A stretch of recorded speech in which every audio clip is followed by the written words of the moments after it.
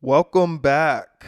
This is a Modern Man podcast. I'm your host, JD Farrell, and we are presented to you by the Modern Podcast Network.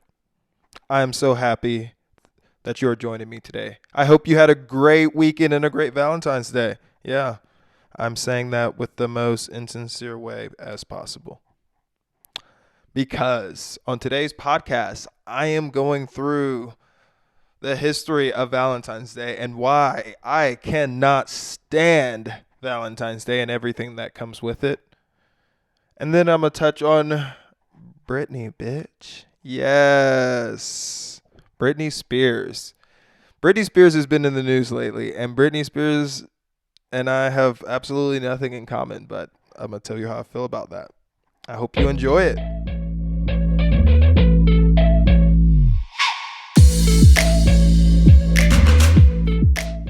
Valentine's Day. Or let's start with Saint Valentine. No one really knows how this day started. That's the thing. There's a couple different origin stories. There's multiple. Everyone says there's multiple Saint Valentines. I'm going to go through two of them. So I'm going to take you back to a time in Europe. You know, we got Roman Catholics, and then obviously Jesus Christ of Nazareth just died. So Christians are making the huge wave. You know, they're very popular, killing anyone who disobeys them because they're the Son of God just died on the cross. Like Christians, it's the new wave.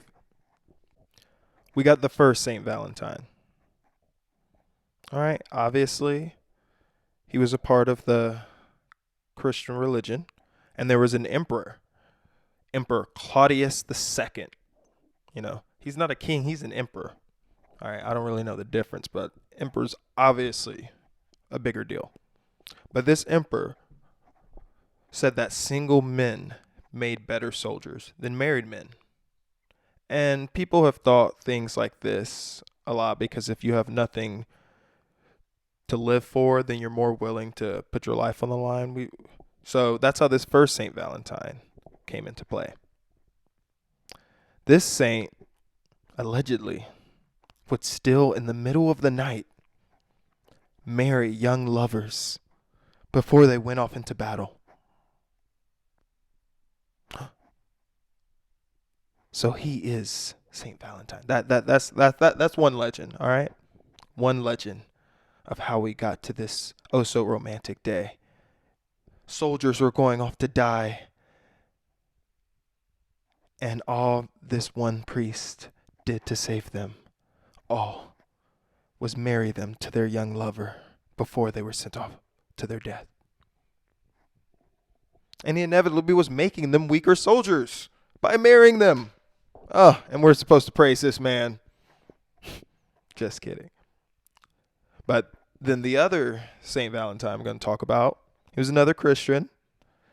And he was imprisoned by the Catholics because, you know, back then, these days, it was all no freedom of religion here. So the Catholics imprisoned the Christians. And this Christian, Saint Valentine, he fell in love with one of his jailer's daughters. Oh, what do we call that? Stockholm syndrome? No, but yes, he allegedly fell in love with the daughter of the people that imprisoned him. And then when he escaped, he sent her a letter saying, "From your beloved Valentine." And that's how we have the whole letters and the whole Valentine thing. Yeah. So then this became a feast for these martyrs. Whoever wanted to claim which one was the true Valentine, then they started to have a feast. And it was just put in the middle of February just because. Allegedly, he did die in February, but no one knows the exact date. They just said that the Christians moved it to the middle of February to kind of create the holiday. They said to Christianize the holiday. I don't know what that really means.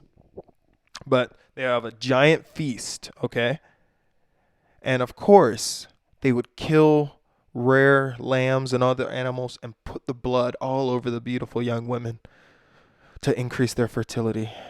I would love to live in this time to be a woman to just have to stand in water or stand in a boiling pot or do all these weird things, have blood smeared all over your face to increase your fertility.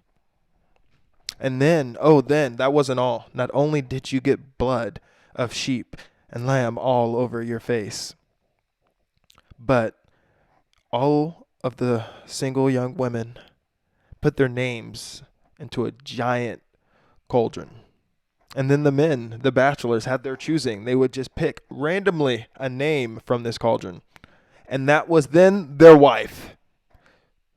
So we feast, we put blood on our women, and then we marry them.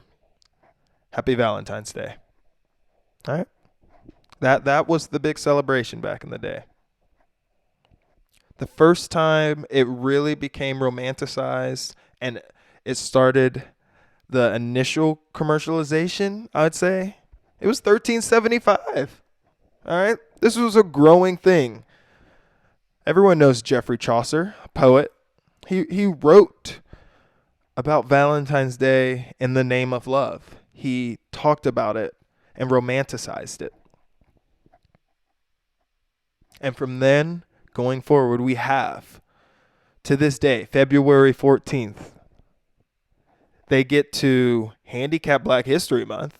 We don't got to do nothing about that, how we should have a warm weather month, because who the hell wants one of the coldest months of the year to celebrate your history? But Valentine's Day gets to have a day right in the middle. So when you're right in the middle, it's like Christmas. Yes, Christmas is this whole thing, but Christmas, Thanksgiving, Halloween, they're not till the end of the month. So you have nothing else to do, you know? You're just kind of waiting around. No, Valentine's Day knows what to do. They know exactly what to do. They're like, we're going to put it right in the middle of the month. We're going to give you anxiety for a week before, and then we're going to give you a little anxiety for the week after. Let's just slap it right dab in the middle and take up 3 weeks. Yeah, that's what Valentine's Day does. And present day. Let's talk about present day. It is 2021. Let's talk about some of the statistics that are associated with Valentine's Day right now. Third priciest holiday. Third. Let's run through a couple holidays right now. We got Christmas. We know Christmas is up there. All right. You know that's number one. All right. New Year's, not a lot of people spending gifts and stuff. You got Thanksgiving, not a lot. Halloween, Memorial Day, but still, I'd rather fireworks, 4th of July, Memorial Day, all this money spent. No, Valentine's Day, third priciest holiday. Got Easter, St. Patrick's Day, all these wonderful holidays. But no, Valentine's Day, third priciest holiday. In just the U.S. alone, our economy is going to generate almost $22 billion because of this day. $21.8 billion is spent on this horrid day. $4.1 billion is spent on jewelry. $2 billion on flowers. $2 billion is on candy. We're already obese. Why are we buying all this candy? Man, unnecessary. Chocolate, so I get it. But where does I love you does not mean I need to get you chocolate. And then we got 53%. I thought this number was way too high. 53% of women said they would break up with their significant other if they did not do something for them on Valentine's Day. 53%, that's over half. So over half of the women in our country would leave their significant other if he didn't do something on this day that everyone else is doing something. Crazy. And this is my plea right now to the women out there, okay? All right, I know the wage gap isn't there yet. We're not equal yet. No, I'm here fighting for you, okay? I'm on your side. But you know, why do men spend twice as much as women do on Valentine's Day? We all love each other. My love is not twice as much. No. It is a ratio 231 to 101. That is the ratio. 231 to 101. I'm just saying, I want to see the love. And you show your love with your bank account, girl, okay? Show me the love. See, here's the people I'm with. I'm with this 48%. 48% people say they don't celebrate Valentine's Day. I'm in that 48%. I am with you. We don't need to do shit. It's another day. It's another day. What is it? Sunday? It's a Sunday in February. No football. Maybe we got some. See, look, that's all I'm thinking about. I'm not thinking about no people who can't pay their mortgage needs to go buy this girl dinner and chocolate just to prove that he loves her. No, if you love her, go do that September, 3rd. All right, what's that usually? Labor Day? But how about this? Let's pick another day. June 6th. What's happening June 6th? Nothing's happening June 6th. Why don't you buy your girl flowers June 6th? Everybody's buying their girl flowers today. You want to be like everybody? I don't like to be like everybody. Okay, but there's a lot of people who do. So to those people, do it. Look good for one day, all right? Buy your girl's flowers one day. And you know what? On February 15th, she's going to hate your ass because you're going to go right back to normal. You can get your little booty. Y'all going to have your fun. And then you're going to go back to hating each other the next day. Yeah. This is disgusting. This is absolutely disgusting. 9 million people get proposed to on Valentine's Day. 9 million annually. Oh, God. All right. I already think it's not romantic going out to a nice dinner when everyone is going out to a nice dinner. I don't think it's romantic to buy your girl flowers when everyone is buying their partner's flowers. I don't think it's romantic to have a big gift basket, to do this big spontaneous thing when they're expecting you to do this big spontaneous thing. So, to the 9 million people annually proposing to their significant other, fuck you. And to the fucking 50% of America who thinks it is romantic to get engaged to on Valentine's Day, fuck you. I don't know. Maybe I stand alone, okay? This is a Modern Man podcast, all right? Maybe these polls are from the boomers, because we know the boomers don't think like us, okay? Now, disgusting. All right. We're going to go through now some of the least desired gifts to receive on Valentine's Day. When you think about it, this list surprised me because a lot of these things seems really, really resourceful. But the thing is, after reading this list, I'll tell you what it means after reading this list. But here we go. The least desired gifts on Valentine's Day. Number 1, tools. Man, tools can become an essential part of my everyday life. Say I don't got a hammer, you get me a hammer. Boom, screwdriver, a socket wrench, some pliers. But come on, man, give me some tools. All right. Number 2, gym membership. Well, I did just give you some chocolate. I'm just saying. I can't give you one without the other. No, I guess gym membership isn't good. Honestly, this day, quote unquote, is supposed to be about love. So, you love me so much you want me to lose some weight? Is that what you're saying? Not so good. Even if you're saying you love me so much I need to put on some weight? I'm too skinny for you? Like what? Either way, gym membership, I can see, well, that is not a good one. Nobody needs to get me unless I wouldn't mind as a avid gym goer if you got me a unique gym membership. What if you got me like a rock climbing gym membership or something cool like that? I'm so down. All right, number 3. See, number 3 is similar to number 1 and number 2. I guess it's like a combined. So I don't know why this really isn't higher. Sports equipment. Yeah. So it's like a tool. Like, yeah, it could become a part of my everyday life. But then you're also sending me a message by getting me sports equipment. Like, oh, I need to use this exercise bike. Oh, that's why you got me the sugar-free chocolates this year. Oh, and then the exercise bike, and then the Planet Fitness membership on top of that. Oh, you really, really love me, don't you?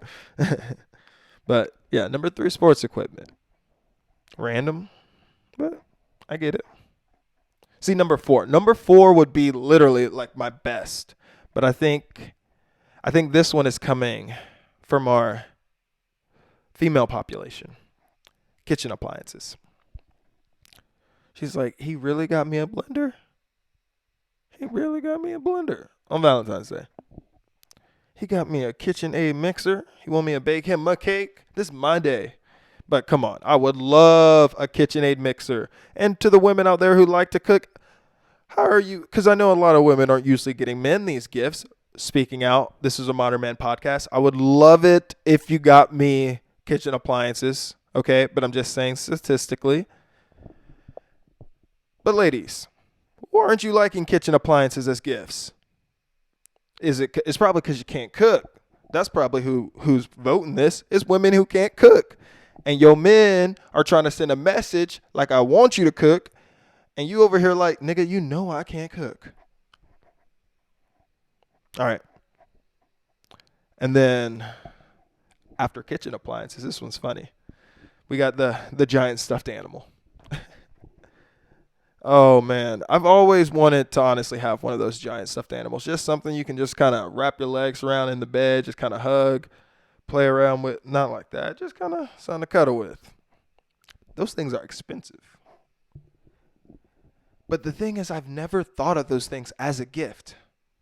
So all those guys who have to spend like $200 on that giant bear or that giant white dog that's just going to get dirty, that's expensive. But that's not a gift. That's something that they just see before they open the gift.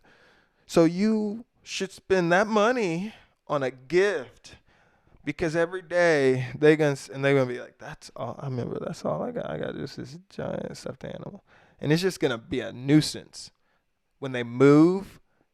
It's bigger than them. They're like, I can't throw it away if we're together, but I don't want to carry this thing and move. It just takes up so much space.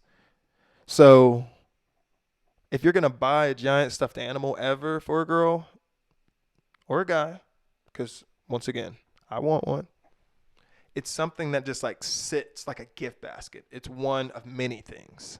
So just know you're buying that big ass bear or dog to kind of just sit there. Like wallpaper.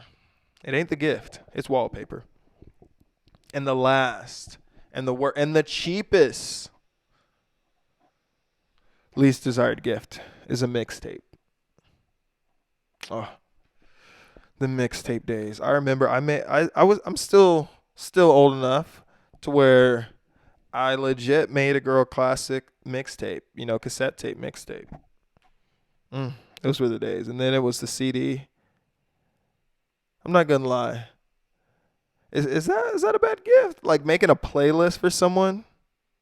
Is that I can see why it's not the only gift, but if the playlist low key was smack, I'm not gonna lie. I might like that. Especially if it was like of all our times we spent together or something like that. Yeah, I can totally dig that. But it's least desired because you know what? What I told you I was gonna wait to tell you what this list made me think about. Think about all anybody wants is jewelry. Because all these things are things that you would use in your everyday life. If y'all had a wedding, if you had an engagement party, You would want tools. You wouldn't mind a gym membership or sports equipment, kitchen appliances. Man, fuck the stuffed animal. Nobody needs that. And maybe the playlist too, but you can have a DJ. But look, all these things, yeah, you just want jewelry because technically, I guess it's one of the only times to get jewelry, unless you have a good JD in your life who likes to do random acts of kindness. No, but in speaking of a relationship, and if unless it's your anniversary, a birthday or something, you're not getting jewelry unless it's Valentine's Day. So this is like that one day you expect to get jewelry. And that's the only thing I got to say about that list.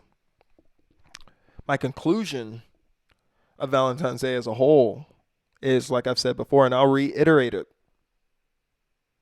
One, it's super commercialized, okay? You know most people out here in America in poverty. Most of y'all broke as fuck. Y'all ain't going out to dinner on any other day, so what? We gonna use credit cards now to go out to dinner? No. Just like do not put yourself in debt because society has told you that you have to do this thing. Same thing with having the giant wedding and all that. Yeah, I like to zig when they zag. That's one thing. But then my other point, why I can't stand Valentine's Day is I don't think it's romantic. I genuinely, as a self-proclaimed romantic, I do not think it is a romantic holiday. I don't. I think doing something when everyone else is doing something is disingenuous. And what? You want it because no. So you want to force your partner on either side to get dressed up. Maybe like if it's a Tuesday, imagine Valentine's Day on a Tuesday. You had a shitty day Monday. Tuesday wasn't much better. And then you're like, in the middle of my week, because someone said today's the 14th, nothing about us made this day special, but everybody else is doing it. So we got to get up. We got to go get a reservation at a restaurant that's overbooked and be by a bunch of couples and then wait in line and then do all this and make all this mayhem because everybody else is doing it. No, it makes no sense. No. My Valentine's Day is March 29th. My Valentine's Day is April 3rd. All right? November 15th. My Valentine's Day is a day, every day when you wake up and you see your partner and they make you smile.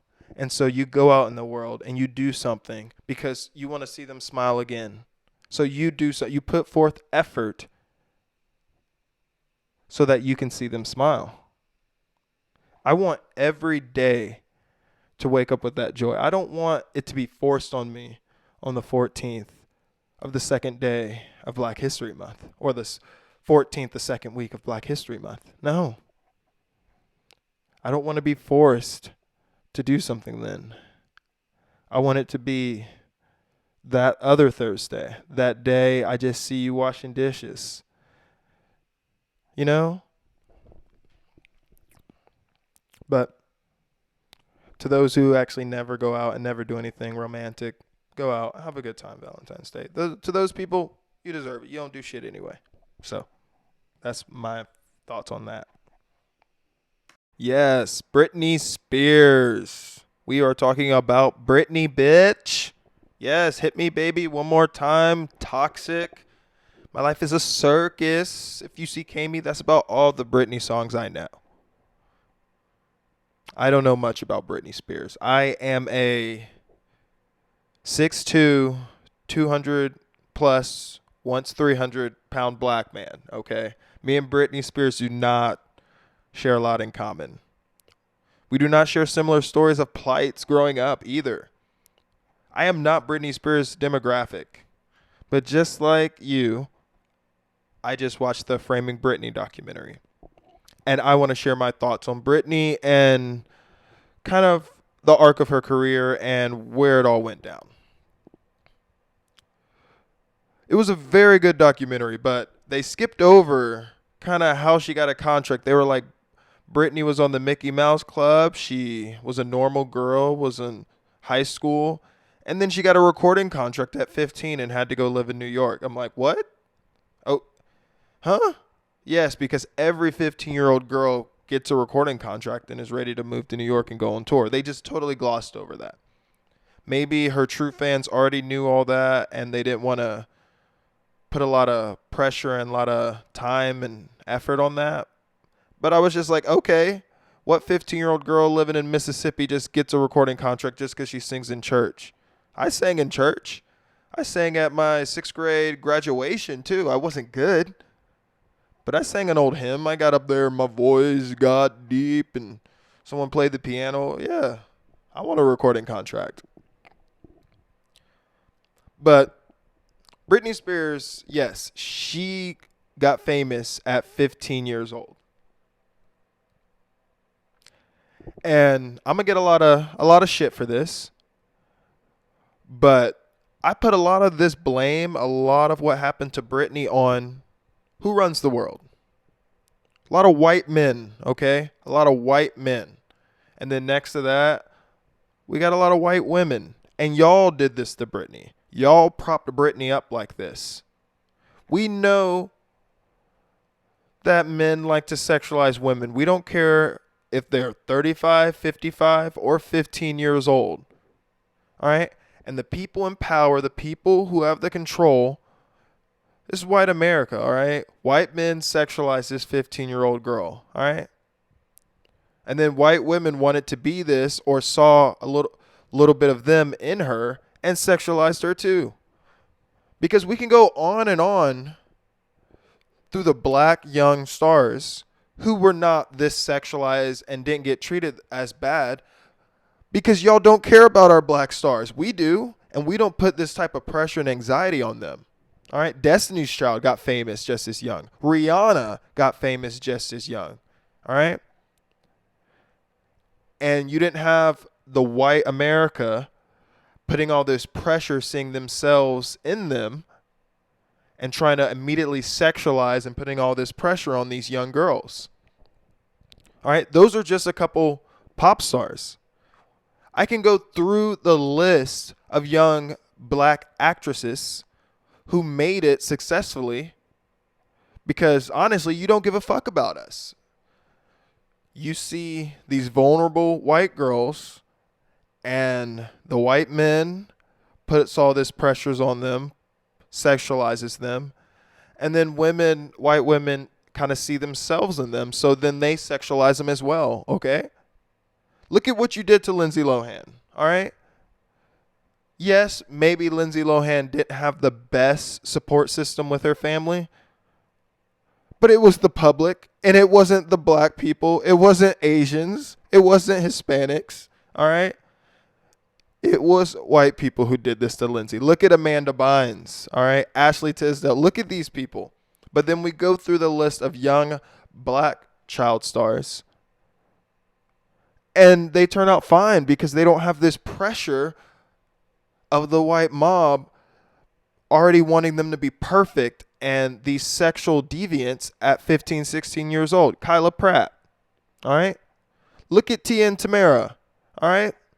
Raven Simone, Brandy, Kim Fields, all these are successful young black women that made it perfectly fine because they didn't have any of the pressures that these young white women. Look at the Olsen twins, okay? They went into hiding, all right? They were so propped up, all right? They were sexualized by 9 years old, putting them in these films that they just now want to run away from the spotlight. Y'all did these to these women, okay? Whatever you want to say about anyone else in their lives, it was you. It was Selena, all right? Her biggest fan killed her, all right? The fans, you're doing this to these people. You're doing it to these young women. You wanted her to be the all-American girl, okay? She's 15 years old. She doesn't know who she is. All right, pop stars, yes, have to be sexy. So that's why she goes from this little Mississippi country girl to this sex symbol. Y'all turned her into this. This is something a lot of people definitely gonna kill me for. But can we talk about, I know she's 15, 16, but even gonna go, Britney can't dance. Britney Spears cannot dance. I don't. I'm looking at her with she's doing one hand over her shoulder to the other shoulder, arm up, doing these little corny pop star dances. Why can't we just call it like I see it? She can't. That's a white girl dancing. Y'all see that, and y'all be like, "Oh, I can do that." No, come on, Missy Elliott, Sierra, Lil Kim, y'all can't dance, bruh. I'm sorry. We're putting her up just because she's doing a little choreography. Ugh. And then her single, Hit Me Baby One More Time. What do you expect? You're trying to act like she's this vulnerable teen. Her hit single is Hit Me Baby One More Time. I don't know what the fuck the song was really about. I was like 3 when it came out. But still to this day, it sounds like she's saying Fuck Me Baby One More Time. I don't know about you, but if I have a girl dancing, a little scandalous, and she's telling me to hit me, baby, one more time, and then smacks, I'm thinking she wants me to fuck her one more time. Like, we just had a good little run, and now she's like, one more time before you go to work, leave my life forever. I don't know. We break up. Just, baby, fuck me one more time. See, look, it would have worked the exact same. So I'm not saying that no one else has fault, but it was bound to happen, okay? Look at what you've done to these young, impressionable white women. And then why are we coming at JT? All right, I'm not the biggest Justin Timberlake fan. He is very talented. But why are we coming at JT 20 years later? Do you want me to say it? Yes. Girls are better than boys. We know that. This world has been fucked up for thousands of years. And you know who's been in charge? Men. Women are the superior race. We know that. All right. We're mad at JT because he went on a radio show years after they were broken up. And someone asked him, hey, what's the real deal? Did you and Britney hook up? Oh, yes, he admitted to it, okay? He was a young guy, too. We can't give him a break, okay? But we're going to give Britney all this sympathy. Guys are stupid. Guys are assholes. Oh, he didn't lie. I worked with this dude when I was still in college and serving. He wasn't even a bad-looking dude. But I have a really good friend, and she's an attractive girl. And it's a very small workplace. Yes, there's like 40, 50 of us. But if you tell one person something, it's immediately going to get back to us or someone. And this man went around telling everybody because she gave him a ride home. And I think she possibly stayed the night, or she was going to stay the night another night at his house. Just like sleep on the couch.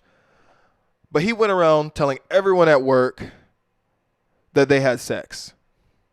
And she had a whole boyfriend, and I think he had a whole girlfriend. He just wanted everyone to know that he had sex with this attractive girl because he thought it might give him a little cred, might make him look cool.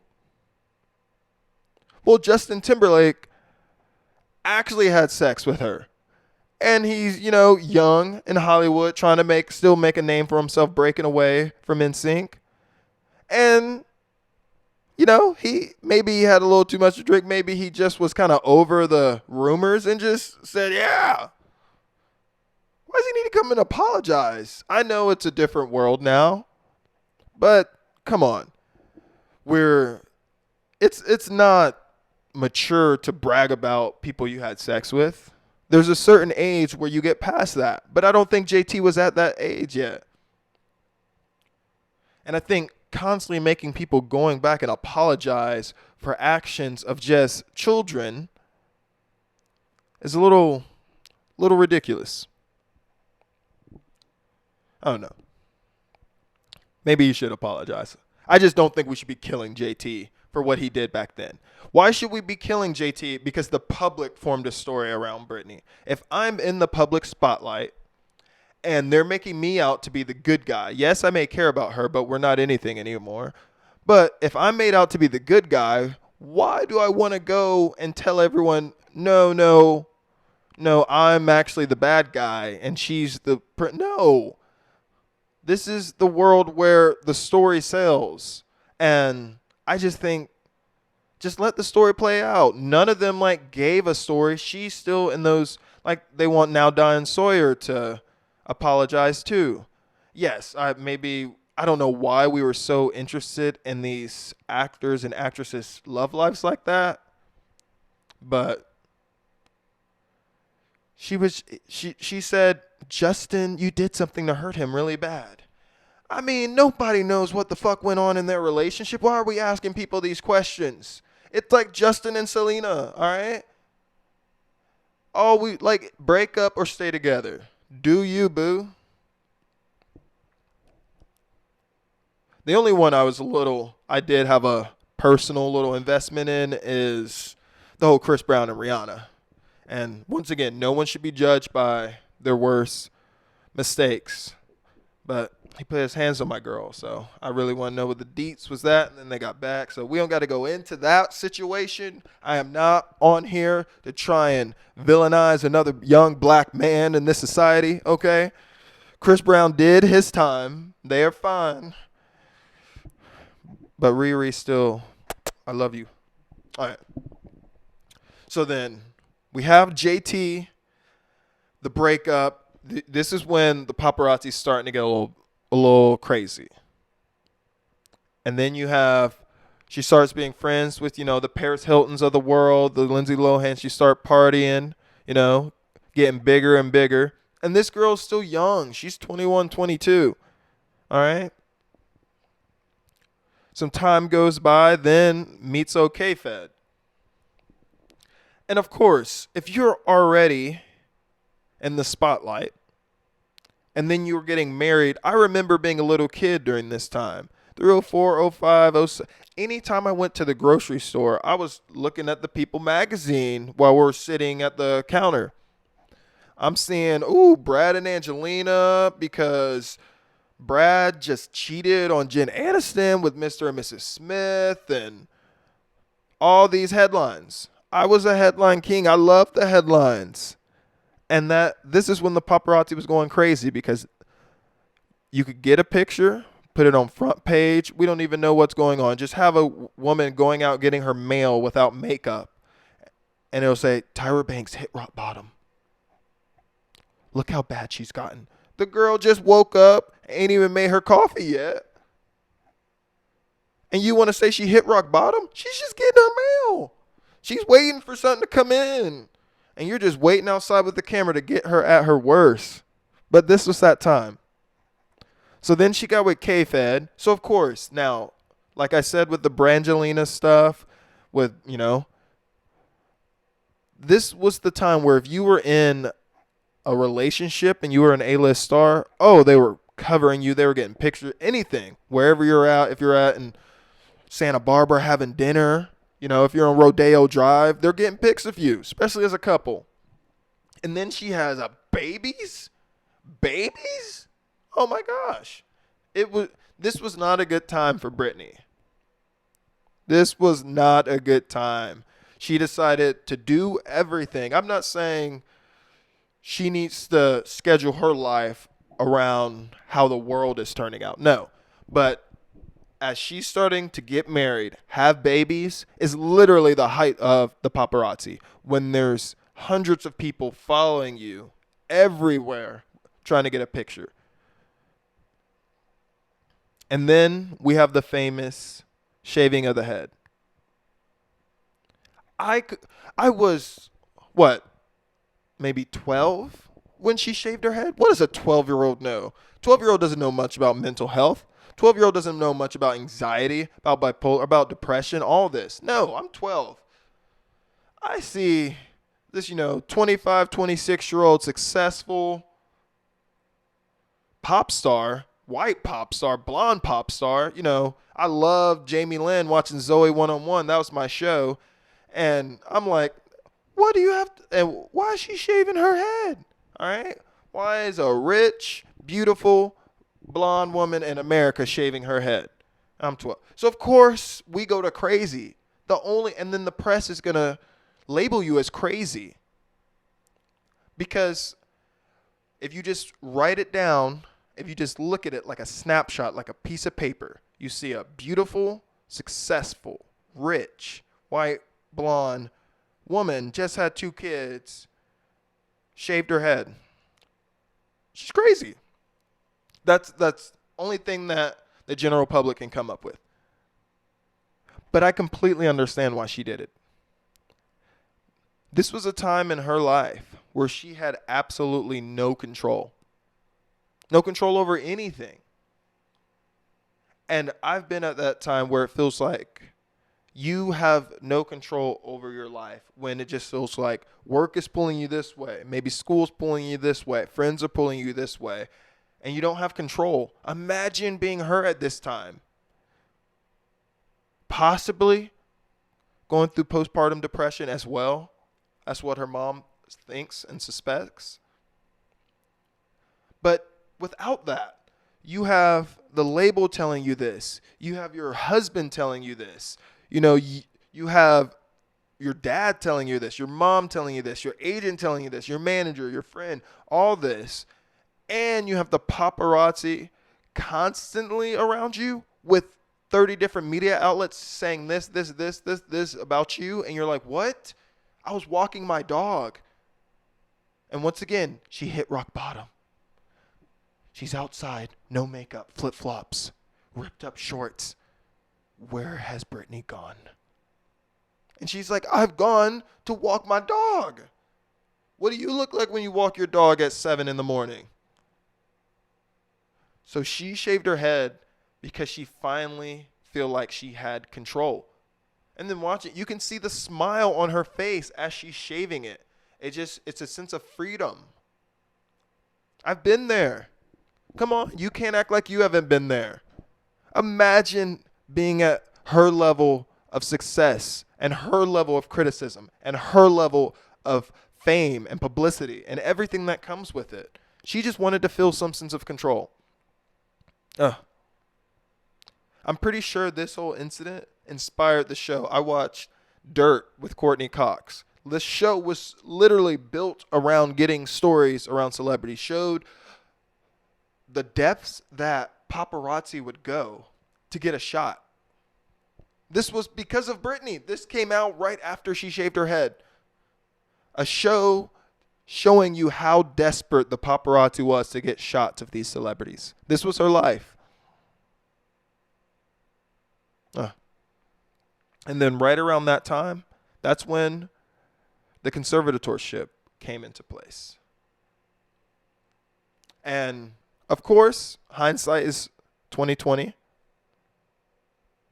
And I think ultimately, yes, she should have never gotten into the conservatorship. And they said she quickly accepted it because she was worried about seeing her kids. She wanted to see her kids. And I get that. But did she not have better people around her telling her this situation? Because a lot from what I've heard, a lot from what I read is people that get into conservatorships don't usually come out of them. So I know you want to see your kids. Okay? I'm as a kid, I would have loved you to see me too, all right? But we have to think about the bigger picture here. Is it not see my kid for 6 months and then I'm good for the rest of my life? My kids are still young. My kids are 4, 3, 2, you know? They don't even realize those 6 months. Those 6 months go by and it could have been a dog watching them the whole time. And as long as they get food, water, affection, they'll be fine. But who in her circle told her that this was a good idea. Because I think it's a terrible idea. But maybe she, for the first time in her life, after she wanted that control, and she said, I don't care. I don't care what it takes. I just want to see my kids. It's been rough. And so she got into it.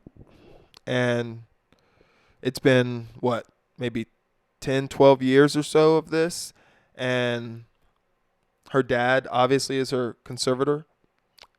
And the fans and she do not like that. But once again, most of these situations are not situations that people come out of. The lawyer in the film said she has never seen someone get out of a conservatorship. These are things that they should have known before you got into this situation, Britney. But obviously, as most you know, at the end of this past week, the Bessemer Trust, the bank that she wants to be in control of her conservatorship, has equal authority as her father. So it's not exactly what they want. And I guess she doesn't even want the conservatorship to go away. She just doesn't want her father to be in charge. And he's no longer has sole responsibility. So she got kind of what she wanted. I'm happy for Britney. Told you I don't know much about Britney. She's not my demographic. But I want to empower anyone to be their own person. I just wish they went about it better in the past, because that's the thing. If you did something previously knowing what the effect is going to be, and you had the knowledge to know that cause was going to cause this effect, that's when I don't feel bad for you anymore. But to wrap this up, this whole Britney segment, it really is about how I want the public to realize that you played a part in this too. Yes, her dad, Jamie, isn't the best guy, and if she doesn't want him in charge, I don't know why is it so hard to get someone else in charge. We can say the label. We can, say her team, immediately sexualizing this young girl who was just this young, small town Mississippi girl singing in the church. But the fans, it was you. And you know who you are. You all know who you are. All of you who sexualized Britney from 15, 16. Y'all who put that pressure on Britney.